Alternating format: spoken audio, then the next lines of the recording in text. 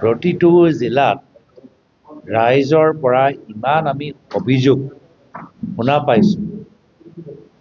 আমি সকলোৱে অনুভৱ কৰিছোঁ যে অসমৰ ইতিহাসৰ ভিতৰত যিমানবোৰ মুখ্যমন্ত্ৰী হৈছে তাৰ ভিতৰত জনসাধাৰণৰ সমস্যা সমাধান কৰিবলৈ যাওঁতে আটাইতকৈ ব্যৰ্থ মুখ্যমন্ত্ৰী হৈছে হিমন্ত বিশ্ব শৰ্মা ডাঙৰীয়া। আটাইতকৈ ব্যৰ্থ জনসাধাৰণৰ সমস্যা সমাধান কৰিব। কিয় যে আজিৰ তাৰিখত অসমৰ ৰাইজে কি বিচাৰে? তেওঁলোকে নিজৰ ল'ৰা ছোৱালীৰ বাবে উচিত উন্নত শিক্ষা বিচাৰে, উন্নত চিকিৎসা বিচাৰে, উন্নত সংস্থাপন বিচাৰে, আৰু তেওঁলোকে বিচাৰে যে গোটেই চৰকাৰী তন্ত্ৰটো সাধাৰণ ৰাইজৰ বাবে সুবিধাজনক হ'ব। আৰু কাম ইয়াৰ বিপৰীত হৈছে। মই ভাবোঁ আটাইতকৈ ব্যৰ্থ, আৰু নিজৰ ব্যৰ্থতা লুকাবলৈ মুখ্যমন্ত্ৰীয়ে কি কৰে, বিভিন্ন সময়ত ইভেণ্ট পাতি দিয়ে। আজি ইটো ইভেণ্ট, কালি তামুক ইভেণ্ট, কালি আমুক ইভেণ্ট পাতি আজি গোটেই চৰকাৰ তন্ত্ৰটো এটা ইভেণ্ট মেনেজমেণ্ট কোম্পানী যেন হৈ গৈছে। আজি এইজন মুখ্যমন্ত্ৰী আজি ইমান অহংকাৰী যে ৰাইজক বাৰম্বাৰ মিছলীয়া কথাবোৰ কৈ থাকে। প্ৰতিটো জিলাত ৰাইজৰ পৰা ইমান আমি অভিযোগ শুনা পাইছোঁ।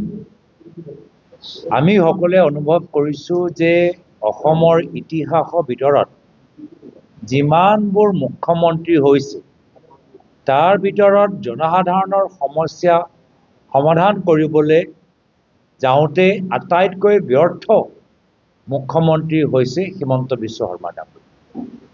আটাইতকৈ ব্যৰ্থ জনসাধাৰণৰ সমস্যা সমাধান কৰিব। কিয় যে আজিৰ তাৰিখত অসমৰ ৰাইজে কি বিচাৰে? তেওঁলোকে নিজৰ ল'ৰা ছোৱালীৰ বাবে উচিত উন্নত শিক্ষা বিচাৰে, উন্নত চিকিৎসা বিচাৰে, উন্নত সংস্থাপন বিচাৰে, আৰু তেওঁলোকে বিচাৰে যে গোটেই চৰকাৰী তন্ত্ৰটো সাধাৰণ ৰাইজৰ বাবে সুবিধাজনক হ'ব। আৰু কাম ইয়াৰ বিপৰীত হৈছে। মই ভাবোঁ আটাইতকৈ ব্যৰ্থ, আৰু নিজৰ ব্যৰ্থতা লুকাবলৈ মুখ্যমন্ত্ৰীয়ে কি কৰে, বিভিন্ন সময়ত ইভেণ্ট পাতি দিয়ে। আজি ইটো ইভেণ্ট, কালি তামুক ইভেণ্ট, কালি আমুক ইভেণ্ট পাতি আজি গোটেই চৰকাৰ তন্ত্ৰটো এটা ইভেণ্ট মেনেজমেণ্ট কোম্পানী যেন হৈ গৈছে। আজি এইজন মুখ্যমন্ত্ৰী আজি ইমান অহংকাৰী যে ৰাইজক বাৰম্বাৰ মিছলীয়া কথাবোৰ কৈ থাকে। যিকোনো খবৰৰ বাবে যোগাযোগ কৰক আমাৰ এই নম্বৰত 9181 307 221।